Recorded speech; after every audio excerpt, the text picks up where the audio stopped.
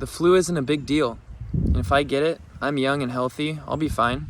Plus, I've heard the vaccines can actually give you the flu, so why should I get one? First of all, you cannot get the flu from a flu shot. It's a killed virus vaccine.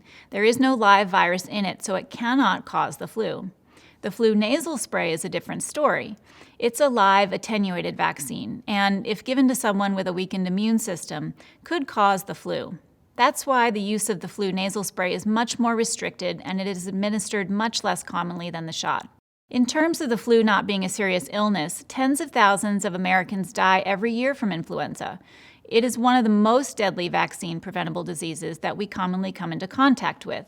While the flu often does more severely impact those who are elderly, those with underlying health conditions, and infants and children, healthy people also die of complications from influenza. Studies looking back at children who died from this illness generally show that 40 to 50% of those kids were completely healthy, without any risk factors for severe disease.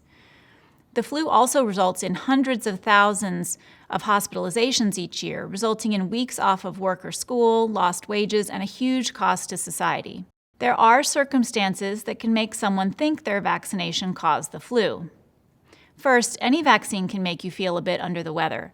Vaccines work by inducing an immune response. This can make us feel a bit achy, fatigued, sometimes even give us a low-grade fever. But this is considered normal. This is just your immune system kicking into gear. These symptoms are much less severe than those of the actual flu, and they typically resolve within 1 to 2 days. This does not mean that you got the flu.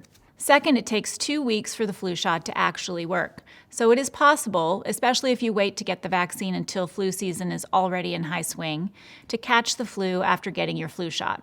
It was not the shot itself, but the lack of effectiveness in that first 2 weeks that allowed the virus to take hold. In an ideal world, people should get the flu shot in September or October, before flu season begins. Finally, the flu shot is not perfect. At its best, it prevents about 60% of flu infections.